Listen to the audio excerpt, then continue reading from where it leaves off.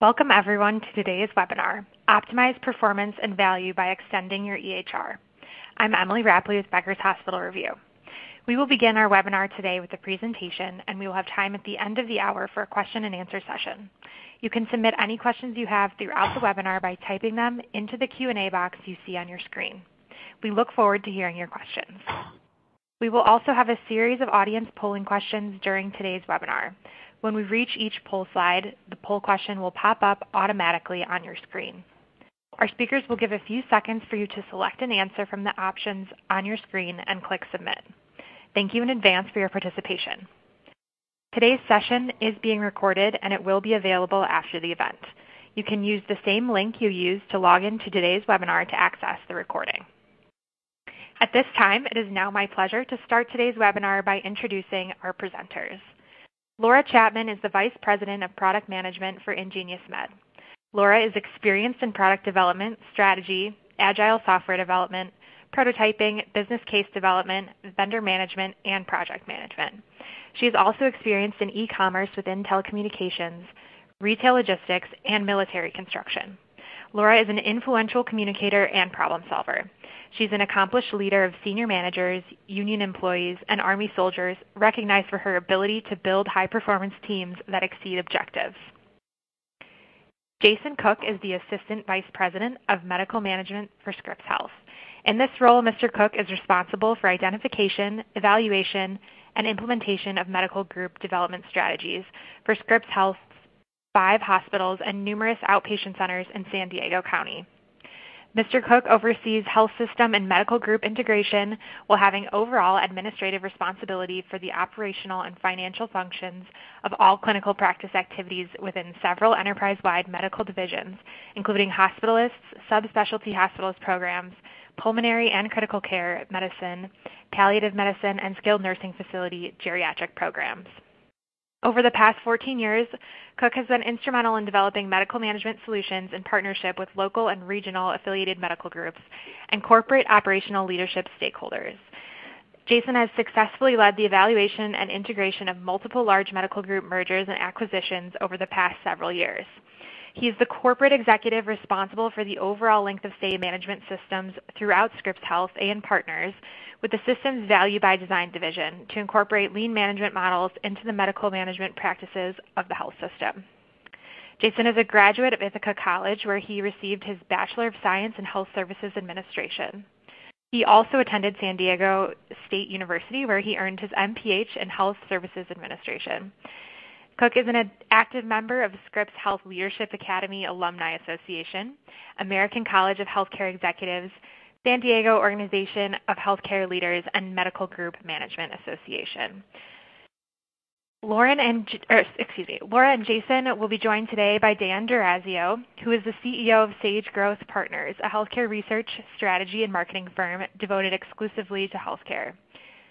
Dan has a long track record of driving successful outcomes for provider organizations, health IT companies, health plans, and investor groups.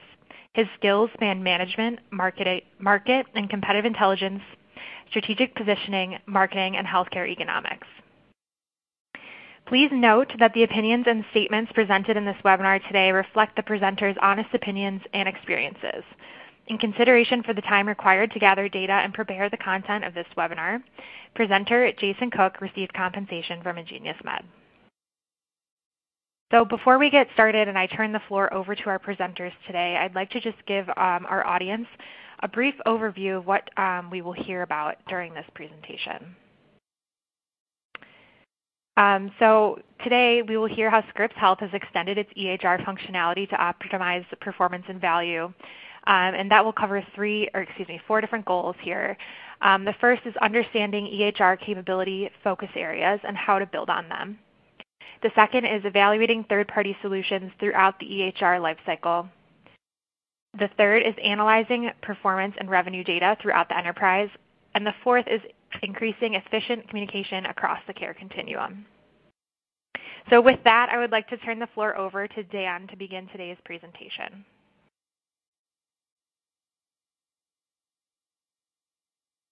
Great, thank you. Really proud and excited to be part of this this great discussion. And so today we're going to cover, well, the portion I'm going to cover is talking a little bit about the healthcare landscape and the EHR and the role that the EHR has played in our evolution over the last 5-10 years, but also how we think that is playing forward. So if we can go to slide 4, please. Alex, the donut chart.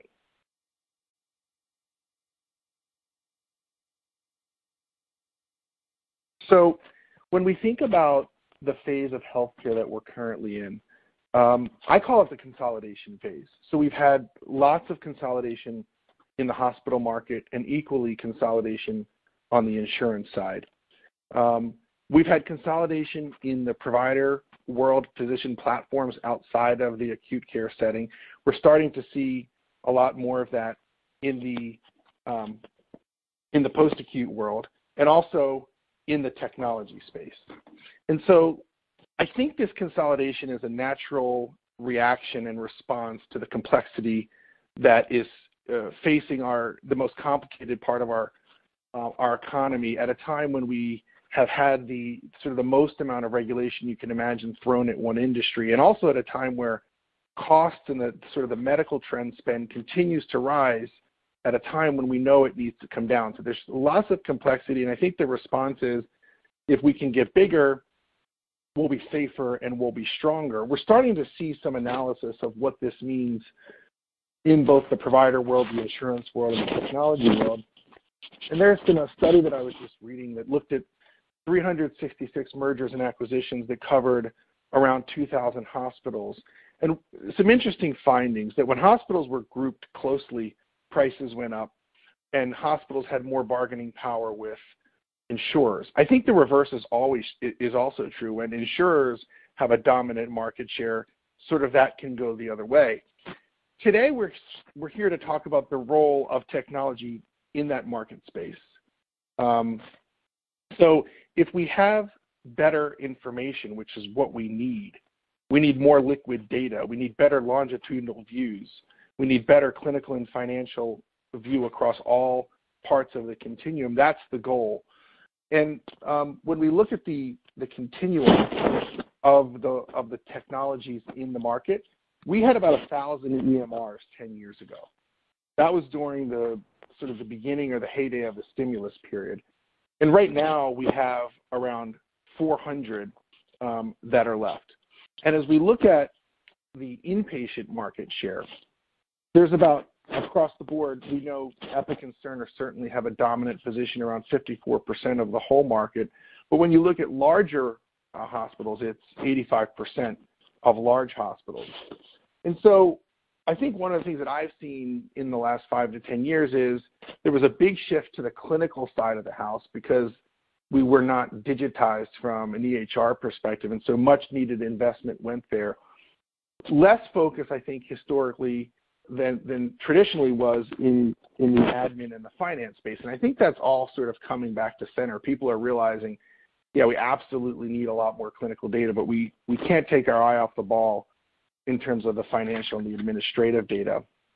And so I think we still have a long way to go from an industry perspective, and we're at this kind of new inflection point where I think 8 to 10 years ago, the mindset was, let's have a best of breed solution where you would take the best of the best and put them together. And I think the pendulum moved, as especially spawned by stimulus, to a best-in-class approach where you might have a dominant core system that might try to do multiple other functions. And so I think we're coming back to another reset point where people are looking at this market as the clinical solutions have been ensconced in these systems. And we're also starting to ask, I think, the right questions again about what is the value of specialization? Is there one solution that can fit the needs of everyone? So if we can go to the care outside of the hospital slide, what we're seeing in the market, and this has been happening for a number of years, this is not just a reflection of the last 10 years, but over time, care has continued to shift outside of the hospital walls to less expensive venues, to outpatient settings, post-acute and skilled nursing facilities. Home health is becoming more relevant. And that market is growing at 6% annually. And I think what's happening, and this is where the technology question really becomes important, is as we move from a more traditional hospital-centric model, a hub and a spoke where the hospital is seen sort of as the main entity and then you move out, there's lots of other spokes on that wheel, and they might be going and coming from different directions. One of the things I've seen is that the front door of the hospital is changing. We're seeing this with remote monitoring and virtual care and the connectivity point between post-acute and acute and home. And we're also at the same time getting a lot of pressure on price. Just today, I was reading an article that Seema Verma is really pushing price transparency. So the discussion was, and I don't think we'll wind up here, there's already people saying they're challenging this, but they want hospitals to actually show the prices that they charge or they get reimbursed, not what their charges are. So really another shift towards really give the consumer everything they need. And we're also getting site of service movement and site neutrality movement. So all this creates a condition where you have to really align your clinical systems, but also your financial and your administrative, not only in traditional settings where you've been used to, but to all of these other points along the care continuum.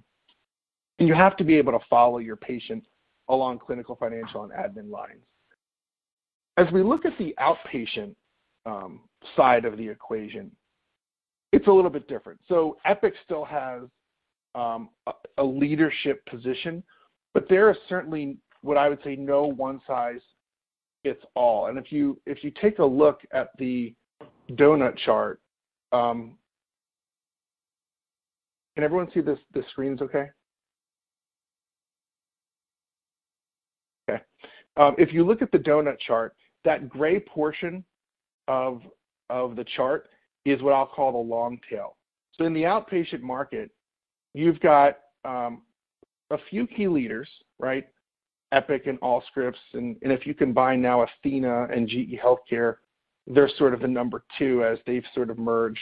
That's 11% of the market. But then you've got this 31%, which is lots of other EMR vendors. And I said earlier we had about 1,000 EMRs. We've got about 400 now. I still think in that world outside of the hospital, we're still going to have a number of these different technology solutions. And the days of the funding from the stimulus are behind us. Not as easy for people to just rip and replace what they've had.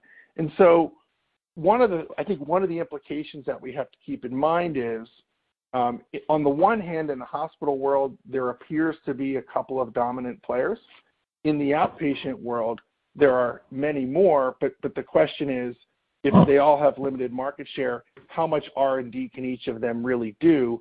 So again, I come back to this role of, what about other technologies and solutions that really focus on specialization? How can they really increase and serve the different needs of different constituents, both in a hospital setting, a post-acute setting, a home setting, and sort of help to knit some of these core clinical solutions together? So if we go to the post-acute data, what we see is that I think there's an awakening in the post-acute market.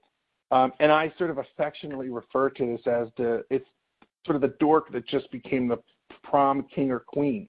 Right? For so long, it was, the post-acute facility was just happy to get any referral, and the hospital sort of had different needs in place. But I think the payment environment and payment reform has really started to change the relationship between acute and post-acute. And there's much more of a connectedness that's happening. This market, of course, did not get funding from a stimulus perspective. It's just starting to be considered. So while we have some decent data on commercial EHR growth in this market, I think because the post-acute facilities know they've had to sort of come up to speed even if they didn't have the same level of funding, there's still a limited amount of exchanged data. Right? And only 18% are using an HIE, only 30% are exchanging key clinical data. And so what I call this is I see somewhat of still a broken or suboptimal link in that communication, both for clinical and administrative needs. So I see this market continuing to come closer, and the needs of both the clinician and the patient coming closer together, not only for clinical benefit, but also the payment mechanisms. And as we go to slide 9, I'll just keep some of these notes in the background. We do a lot of research, and we've been really probing for some time about this question of what is the appropriate role of the EHR. Can it really be your core system and then all your other key ancillaries? And I think there's 2 schools of thought that I want you to think about as you hear the rest of the presentation. First, there's the sort of what I'll call the go big unidimensional approach. EMR is the core, EMR is your ancillaries, EMR really helping to serve that specialty function.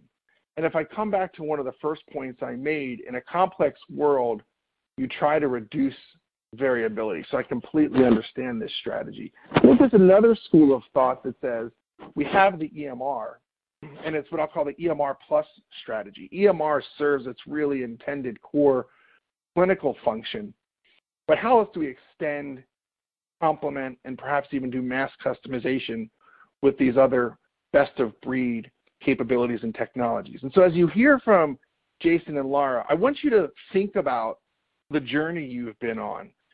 And are you more of persona number 1, where you've had that go big unidimensional EHR dominant strategy, or have you been a number 2? Quite possibly you might have started in one place and moved to the next. I just think as we continue to create capabilities that are going to enhance our clinical, financial, and administrative experience, this question about your strategy is really important. And I think it's important to keep the mind open to these other best-of-breed technologies, because specialization really does serve a purpose. And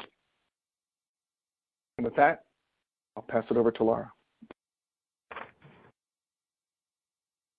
Hi, thank you, Dan. So we are going to next have our first interactive question, which is question 1, if we can advance the slides. What are the biggest challenges that your EHR is not meeting? And there's several choices, and you're able to choose up to 3 answers. So we're going to give you a minute in time to start making your selections.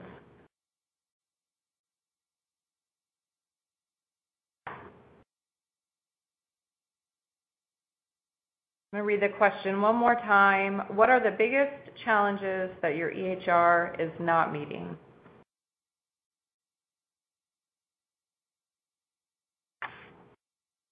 All right, we'll go ahead and move on to the next section. Hopefully that gave you enough time to make your choices. And we'll bring up the next slide. So thank you so much for the introduction. But once more, my name is Laura Chapman. I am the Vice President of Product Management for Ingenious Med. In the next section, I'm going to share an area of information about something I'm very passionate about as someone who's been in strategy, product management, and worked in consulting. I'm very much into observing, studying, and understanding how companies are making strategic investments and how are they doing performance measuring. So in this next section, we will review areas of EHR investment, where they continue to focus their dollars, and also areas where they're a bit limited. So we are starting to see the emergence of complementary solutions where others can fill in some of those areas of opportunity. Next slide, please. Okay. So we all know EHRs do a remarkable number of tasks. They have exceptional broad functionality, and Dan spoke of those. They have the ability to operate in the hospital in a fee-for-service model. They have continued to invest in clinical data, patient documentation, and order management. We also see continued investment in hospital performance measures, which include things like revenue tracking, hospital reporting, and collaboration tools. So those 6 areas, and there probably are many more, but just 6 to highlight, of areas where they continue to do a remarkable job. Dan also touched on the fact that we're seeing an increase in the amount of patient data. So an area of investment is that they're continually to take a look at patient data and putting their time and their dollars and their resources in order to continue to put patient information, documentation, and tracking in place. The third area of table stakes for hospitals is the ability to merge productivity with quality measures, because they're seeking out clinical best practices that they can use to drive improvements to their businesses. And then the fourth and final item of areas where we believe that they continue to excel is push alerts, which is basically the ability to push information out to the care teams related to the hospital environment and urgent information that needs to go out to their teams. So there's just a few highlights on areas where EHRs continue to invest and continue to excel. As EHRs are heavily used in our day-to-day operations, we are finding that they're designed very well for specific tasks, but there's also other tasks and areas where we can see some limitations. I recently heard a healthcare leader say this very well when he said EHRs are a tremendous resource for us, but there's also a continued hunger for more. Much of what I've talked about in the previous slide, you can see on the right side of the image on the page here. So on the right side, we have the EHRs with clinicals, orders, documentation. And you also see areas where we do things together, such as both of us do simple charge capture. But as you move around the oval to the left side to revenue optimization, value-based alignment, and data intelligence, those are areas where you're seeing partners like IngeniousMed fill in those limitations so that we can essentially build on this full oval so we create a full and holistic solution. Looking at some of the bullet points on the left side of the page, some of the limitations that we've observed, and we also heard from Dan earlier in this presentation, is that currently the EHRs are able to work well in acute, but once you get into the growing outpatient and post-acute, they're very limited to where they're installed and in the locations where they essentially are installed. You can't extend beyond it. You also find that access to the system by non-employed physicians is limited, and at times what that can lead to is getting only a partial picture when you look at reporting and metrics. And then finally, when you look at more complex analytics, we also see areas of limitations as far as complex business analytics. When we look at the second bullet there, the transition to a new EHR can be a risky time. So at one point or another, EHRs are evaluated to see, should we stay with this EHR or perhaps switch over where we can get maybe more out of our EHR?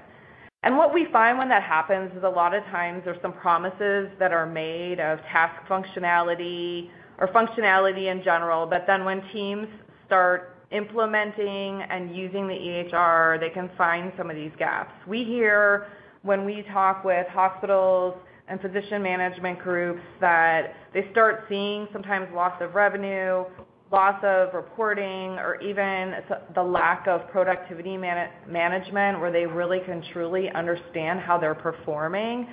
Those are just a couple areas where the EHRs, while doing very well on the clinical side, sometimes they're still having some areas of opportunity on, as Dan mentioned, the business side and the administrative functions.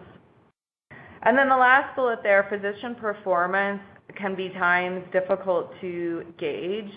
Yet what's interesting to me about that is that patients are demanding more than ever the value for their care, and physician performance is really a key and critical part of that. You will hear later in the presentation, Jason's going to give you some real examples of how Scripps is leveraging both the EHRs and partners like IngeniousMed to basically fill in that full oval of a complete solution. Next slide, please. In the next 2 slides, we're going to share some research data that was completed both by Sage Growth Partners and also by Deloitte Insights. So first, let's take a look at this page. Let's take a look at the Sage research. Just to orient you to the slide, we're taking a look at a column chart that is comparing the needed, which is the blue and darker column, to the satisfied, which is the green capabilities. And I want to focus just on a few of these capabilities. The first is care coordinate, which I'm going to break down into 2 pieces. When we think of care coordinate, the first is really team collaboration. How are teams doing secure messaging, texting between affiliates, and cross-cover? And in some cases, the EHRs are doing okay in this space, some better than others. But the second area is the one I want to focus on, which is really the value-based care capabilities. These include things like bundled payment flagging, tracking a goal length of stay, discharging to the next site of care. And based on what I already shared in the previous slide, we do see some limitations in this area, which also are some opportunities, which I'll talk about in the next slide. And then the second and final focus area I want to highlight is you see on the left side of the graph comments like financial data, analytics, and data aggregation. Those are areas where we're continuing to see some gaps between what's needed and what's satisfied. As Dan mentioned, when we look at business and physician data, we have a need still to track the KPIs to improve performance and also improve cost structure, which is largely comprised of physician costs. And those are areas where we continue to see opportunity around data and analytics. Moving on to the next slide. As I wrap up this section, we want to shine a light on some of the opportunities for change. This is the part that I get really excited about, which is where we recognize the demand. And we're excited to be a part of the solution to fill the demand with our investments. So let me orient you to this data. On the right-hand side, where the dark bars are, you're looking at 2016 data, and on the left-hand side, you are looking at the lighter blue, which is 2018 data. Once again, I'm going to highlight a couple of points. The first of all is the first item there, which is interoperability. This can be fee-for-service, but also as we head into a value-based care movement, it is something that continues to be a top area of opportunity. For us in IngeniousMed, our interfaces span across all EHRs today, but we're continuing to do more where we continue to seek out integration opportunities. And what we're finding is that some EHRs are really starting to embrace this partnership model. They're opening themselves up to integration, partnerships, and opportunities. We all find ourselves still in an era of optimization. We have our EHRs, but we need to find a way to partner together. So partnerships are still relevant, and as is connecting with others, so that we can communicate what our partnership value proposition is and how do we build out a better experience for both patients and physicians. The second focus area for this data that we're looking at is the third item down, where it says make it seamlessly available and accessible by mobile devices. We continue to see this new and emerging desire for mobile solutions in healthcare. As someone who spent a good part of their career in mobility, we've seen this trend for some time, but it's continuing to emerge and expand, especially now in healthcare.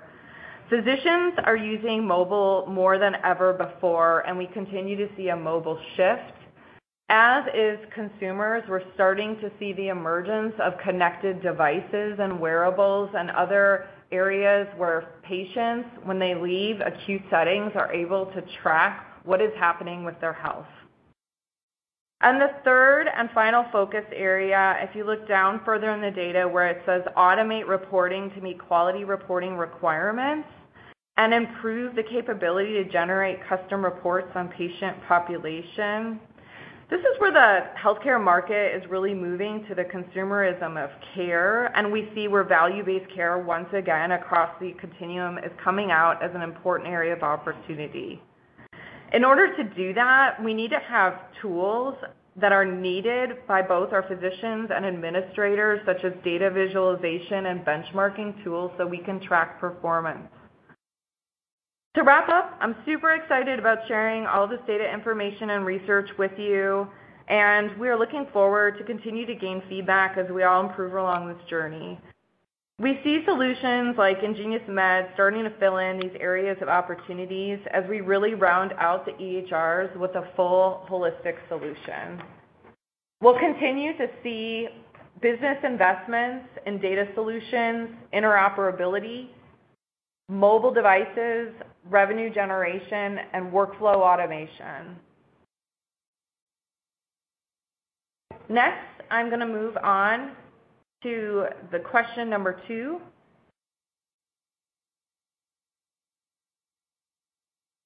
This is our second and final question where we ask that you participate.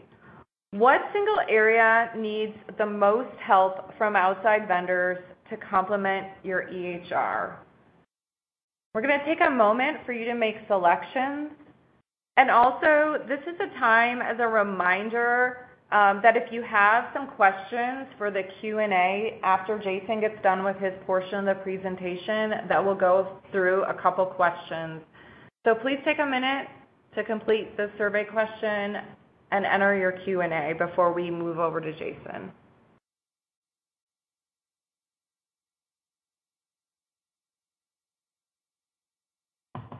All right, Jason. So I'm going to be transitioning over to you, and I'm looking forward as you share with everyone some of your real-world and applicable experiences.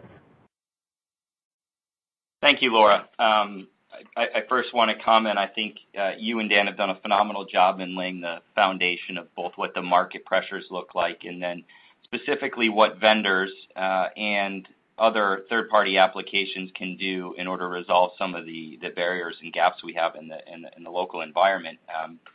If we could focus our attention on slide 18, what I want to do here is really why is Scripps Health relevant and what stories and lessons learned at Scripps Health can be applicable to what you've heard previously. We are at Scripps Health a large health system, so we fall in that large health system category that Dan was mentioning earlier, where there's really two major market players that dominate, and that being Epic and Cerner. We at Scripps Health, when we evaluated our EHR solutions, really focused on those two vendors, and it creates both a lot of legwork as far as preparation in answering and identifying what those solutions are going to bring to your organization, but it also allows you to realize that some of the nuanced workflows and aspects of your system may not be met fully by that particular EHR solution. We have 5 hospitals in San Diego operating under 4 licenses. What's unique a little bit about Scripps Health is that while we are a large health system, we are in a relatively smaller geographic area in that our 5 hospitals are within 30 miles of each other.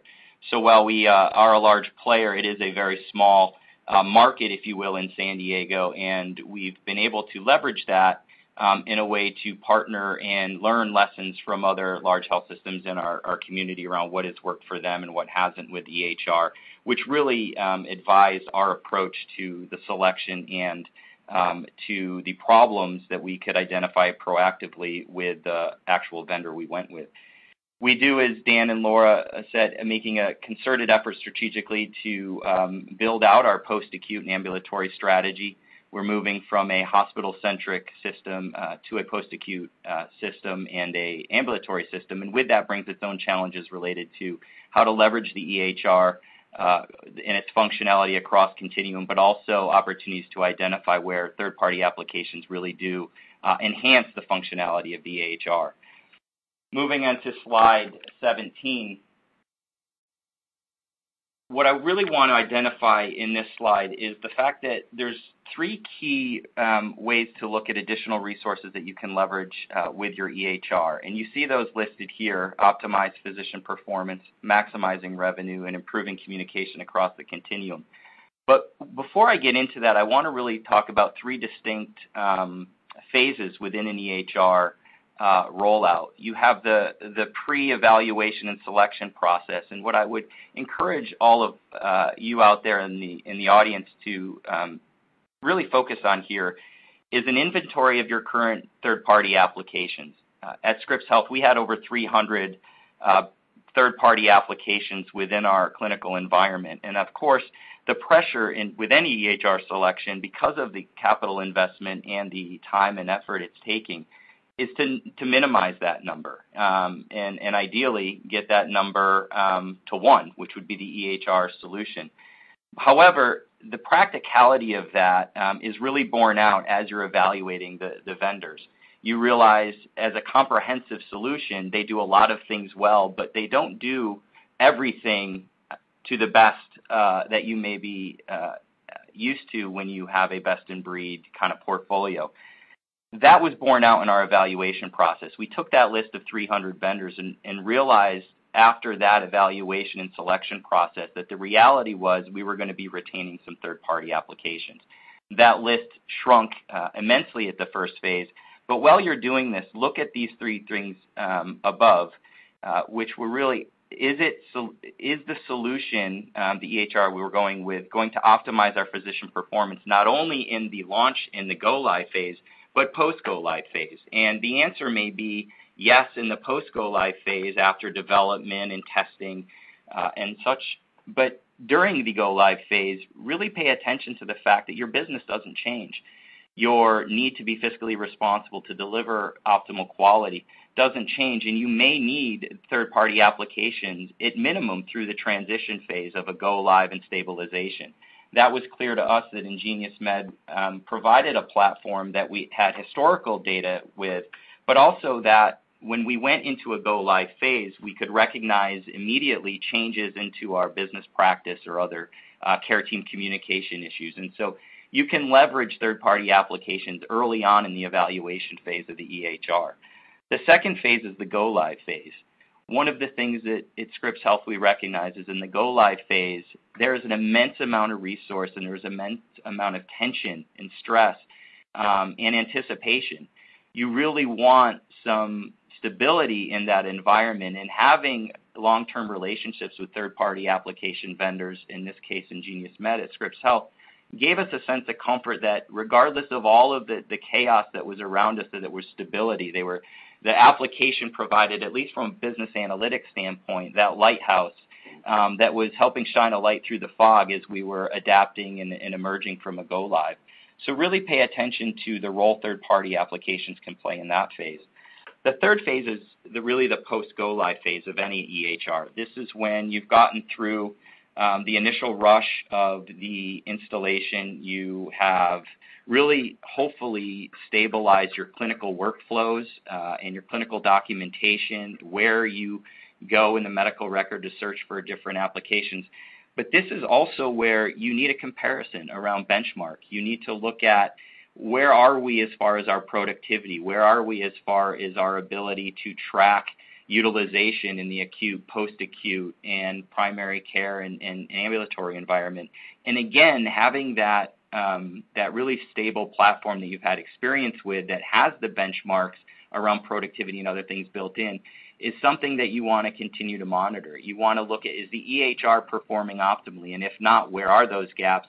And how do we deploy resources to close those gaps? And in many areas, a third-party application like IngenioMed or other is really the rose bush at the end of the vineyard, which gives you the first line of sight into when your operations aren't returning back to pre-go-live operational efficiencies, and they really help you hone in and focus early on.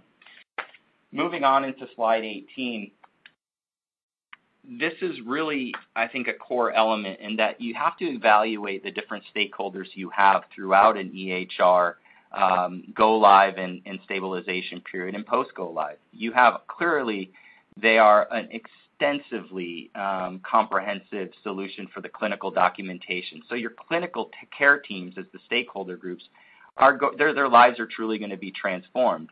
There's going to be some hiccups along the road, but I don't think there is anybody, at least in our organization or that I've spoken with, that says the EHR does not enhance the clinical quality. It may distract from time at the bedside and some other things early on, but as you work those kinks out, it's clear that EHRs provide really a transformational journey for the healthcare industry. However, for other stakeholders, these may be your revenue cycle stakeholders, your practice management companies, your physician group partners, and your independent physicians. EHRs at their core are not necessarily designed to optimize business intelligence, staffing algorithms, and how do you track the progression of patients throughout a continuum, particularly as we heard Laura and Dan mention that as things move ambulatory, the market penetrance of the large EHR companies, Centricity and Epic and Cerner, are clearly more disparate there. And so how do you leverage your third-party applications to serve that stakeholder group, which I really think is overlooked a lot of times in these rollouts, is that there's a whole business operations team that in many ways takes a little bit of a backseat to the clinical ops team during go-live, and rightfully so. However, these are areas where I would really encourage the audience to focus on the third-party applications that provide them continuity in those areas. It is clear to me that our third-party applications are more nimble. They are much more customizable. They are more mobile. And therefore, they do provide a very important solution throughout the EHR journey, in particular one that's evolving from an acute-centric model into a post-acute.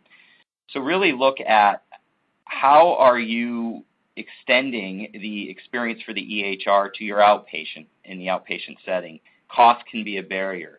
If your physicians are not employed, there are stark considerations of how you can provide the hardware and the software to your independent practice physicians. How are the 1 and 2 family practice offices going to leverage the great benefit of an EHR without support from the health system for the immense capital investment that it takes to get in?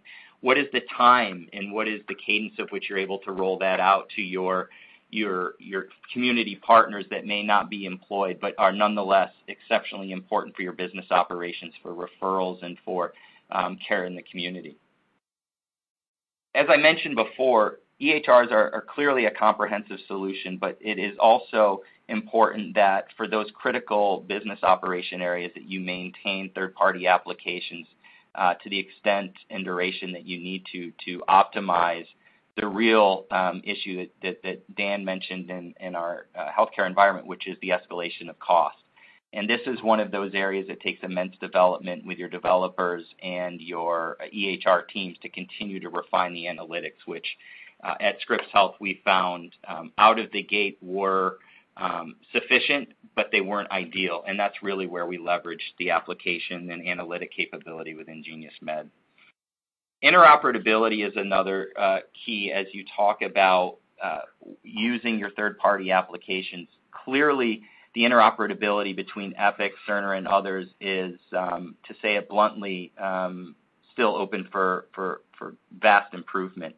The disparate number of EHRs and the methodology by which they allocate RVUs or patient attribution is not a common and universal language, and so you lose a lot of data integrity as you try to use those platforms across settings and across various community partners.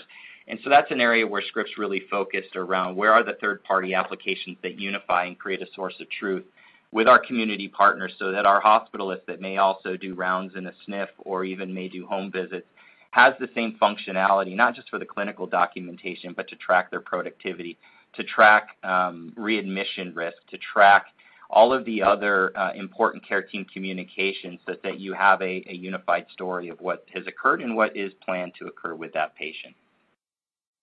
I want to draw your attention now to slide 19, and this is a little bit more of a nuanced application within the EHR, but physician performance is key and vital to, again, that cost equation.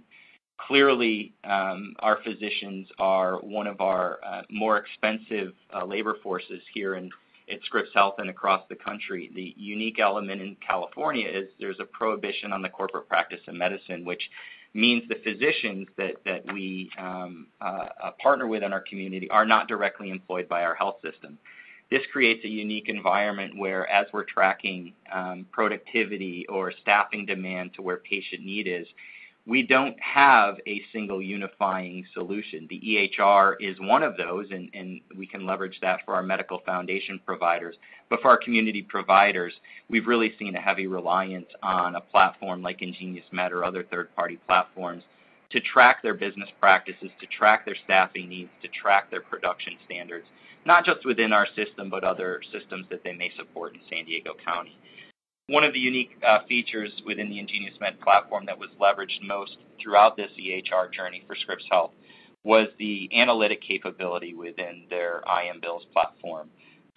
What it really allowed us to do is reconcile both expected volume impacts through a go live, where typically you will limit your surgery panels, you will scale down your outpatient panel in visits per day for at least the first couple weeks, if not months, as your workflows and as your familiarity with the new EHR platform is building.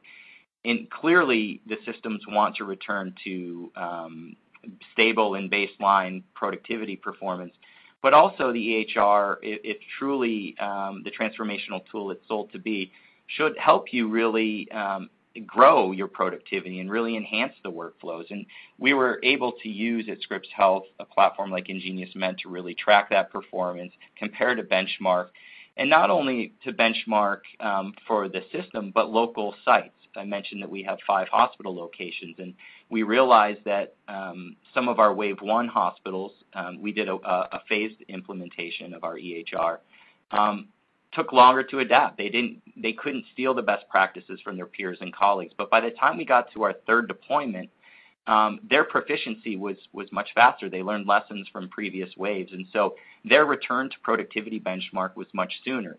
And the data within the Analyze platform, IngeniusMed, bore that out. We were able to see what hospitalist programs were returning to same level of productivity and census levels really soon. We could also drill down and see what providers were struggling. And it's only an indicator, but we could see in their admissions, discharge follow-ups, and some different analytic points that maybe we had a provider that needed additional training, and that additional training was focused. It was around how to utilize the EHR, but what it allowed them to do is gain confidence and comfort in the workflows within the EHR and return them to their productivity standards that one would expect. And leveraging the IngeniusMed platform allowed us to do that. To be honest, there's so much data within the EHR, and rightfully so, a significant portion of that is focused on the clinical, whether that's prescribing habits or that's clinical workflows, less so on the analytic capabilities out of the gate. And until that's developed, I clearly see a role for third-party applications. Advancing to slide 20, I touched on the revenue piece. One of the key findings we had during our initial go-live was that just in the build and the methodology and attribution within our EHR, we were seeing certain divisions within medical groups not achieve the revenue and the charges that we would expected that were clearly there pre-go-live. And a lot of that just had to do with the way we rolled out and the way we built logic. As an example, if a physician in our medical staff was credentialed as an internal medicine or a family medicine doctor, those charges were automatically by the logic in the EHR routing to those departments. That was a problem for our hospitalists in that their training is internal medicine or family medicine, but they're functioning as a hospitalist. And so we were seeing large deltas in our revenue and charges in those departments, and it turned out to be just a methodology and a code writing issue, but we found that and identified that by the use of a third-party application, and we were able to reconcile that quickly. Again, I also mentioned that revenue cycle is important. I don't think that's news to anyone on this call, but it's also something that is a component of an EHR, but one, again, that maybe doesn't rise to the forefront unless the institution puts a lot of focus on it. you put a lot of focus on clinical workflows and that's rightfully so, order set development. But the revenue cycle is absolutely critical. The amount of capital investment that goes in these platforms without a healthy revenue cycle or a depleted revenue cycle, you can't continue to make the sustained investments in the ongoing development of the platforms. And that is another area where the third-party applications such as IngeniousMed can really give you that stability and also allow you time to develop the analytic capabilities of EHR, which I am biased in that the amount of capability within EHR is immense. It's just time and focus to extract it. Lastly, closing out with slide 21, we really talked a lot, Dan and Laura, about the movement to a value-based platform, and I can't stress that enough. It is clearly not only the direction of the future, but it's the current state. And how do you mobilize your workforce, both for the clinical unification of the data for the patient and to deliver optimal value, but also in the care team coordination, in the alerts around high readmission rate risk or a frequent flyer, if you will, around what are the proposed decision support for next site of care. All of these things are capabilities that many third-party applications have spent their entire corporate existence trying to solve, and leveraging those are critical in order to be not only proficient but survive and build really good capabilities in a ambulatory and a value-based payer environment, which we are steeped in San Diego County. So I with the sake of time, would love the audience to have an opportunity to ask some really important questions. I hope what you heard from Dan and Laura was solidified in our experience and what I discussed here. But at this point, I'd like to turn it back over to the moderator and return to a Q&A session. So thank you very much. Thank you so much, Jason, Laura, and Dan. That was a fantastic presentation. We will now begin today's question and answer session. So as a quick reminder to our audience, you could submit any questions you have by typing them into the Q&A box you see on your dashboard. And we'll try to get through as many questions as we have time for today. So to kick us off, we have a great question here for Jason. We have an audience member who asks, do you see a time when you would be able to get rid of all third-party vendors? The million-dollar question. I hope so, but I say that with probably misguided enthusiasm. I think what you will be led to believe by many of the vendors is that is very realistic, and I hope it is. I hope they're spending their time in research and development to achieve that end. However, realistically, I think the timeline to recognize that is long. And yet still probably no clear end in sight. So the practical answer is no. I think you definitely need to evaluate very stringently and have a very defined process to evaluate what third-party applications you're going to retain. But nonetheless, I think they are critical and add value in a lot of areas, and it's on each institution to evaluate what those areas are and make sure that they have a good partnership with a company like IngeniousMed or any third-party application to enhance the value and investment in their EHR and not to replicate it and or undermine it. Excellent. Thank you so much for clarifying that. So our next question here, you mentioned the use of EHR by non-employed providers.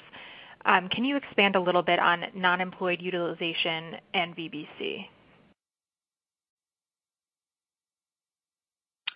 I'll take a stab at that as it relates to Scripps Health, and I know that Laura and Dan also made comments there, so if they want to add. So one of the core strategies with an EHR rollout is if you are in a state where you can directly employ your providers, then by the nature of that employment, they're most likely going to realize the benefits of the system investment in the EHR. So all of the capabilities and functionalities, they will be essentially automatically provided. In California and in our market, we have a large independent medical staff that will operate not only at our hospital but other community hospitals. And you find this in neurosurgery and some more tertiary specialties, but you also find it in family medicine, internal medicine. The question really is, how do you extend with the regulatory environment the EHR to them in such a way that doesn't bifurcate their workflows, so that they have, Epic when they're treating Scripps Health patients, but Cerner when they're treating another, or, even another application for some of the smaller systems. And so how to do that is critical. One, not only to retain the business and the volume, but really for the safety and quality of patient care and not to disrupt the practice. So we had to evaluate within the legal structure how we could provide them the software and in some cases the hardware to support Epic in this instance, and do that in a way that also allowed them, again, the functionality to serve their patients that utilize other systems. And there's a capital investment, significant capital investment for that I think goes understated, which is the ability to evaluate the workflows in that independent practice, how to use the EHR to support their workflows, and in some way standardize those workflows, because if everyone has disparate workflows, the EHR can't be leveraged.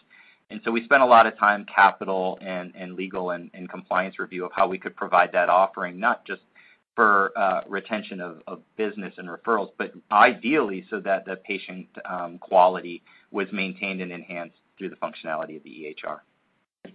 I don't know, Laura and Dan, if you have anything to add.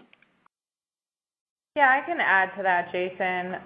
So just a little bit more on that. What we're seeing is that health systems are starting to look for closer relations with affiliate physician networks, especially as they are putting together their CIN or IDNs. And we see that there is a trend where they're looking to help connect these private docs to the solutions that not just help their own practices, but help the health system to collaborate with those affiliates better as they start taking on these value-based contracts. And so that's another area where we're seeing the non-employed starting to come into the picture, and solutions that can service both employed and non-employed.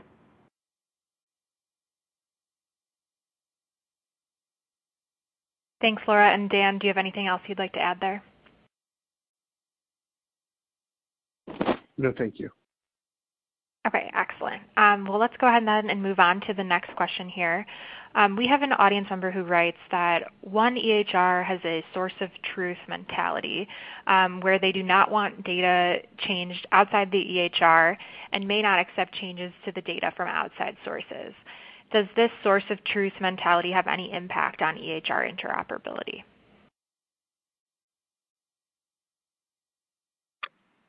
This is Dan. I think that's there's a lot of dimensions to that question. I think there's a lot we're seeing from a regulatory perspective in and around this concept of data blocking.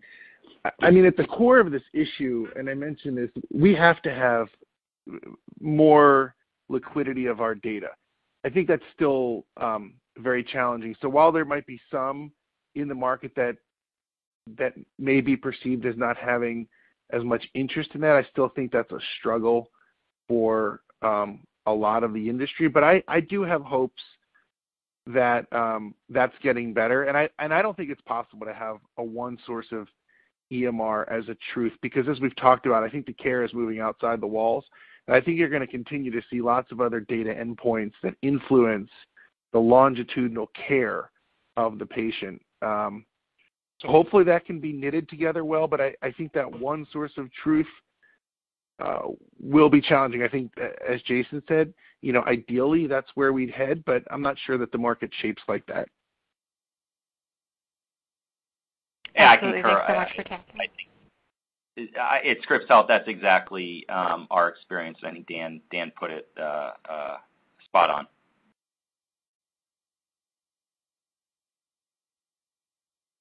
Thanks so much. All right, so it looks like we have time for just one last question here, and I'll throw this to all of you. So Epic has a charge capture model. How is IM different? Yeah, so I'll take that one. So what we're seeing is that Epic and there's some other EHRs where they're developing some what I will call simple charge capture methodology. When we look at their overall investment, though, of where they're focusing their time, resources, and dollars, because the clinical side of it is so complex and continuing to evolve, the focus really is on the clinical side. And I think you heard that throughout the presentation today. Companies like IngeniousMed, as a partner to that EHR, I want to say we take it a step further. So we look at the more complex. We spend a lot of investment dollars in ensuring that revenue is not lost.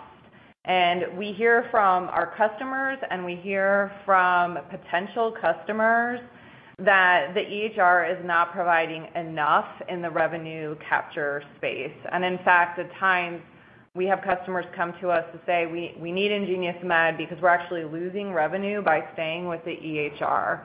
And so while I think they have potentially some capability there, I think when you get into some specialized software such as IngeniousMed, we put a lot more logic. We put a lot more into the complexity to ensure that we continue to drive revenue where it's needed. And I think it also goes to say that we're able to take a step further and beyond just revenue and revenue capture, which is what Jason was talking about with the data analytics.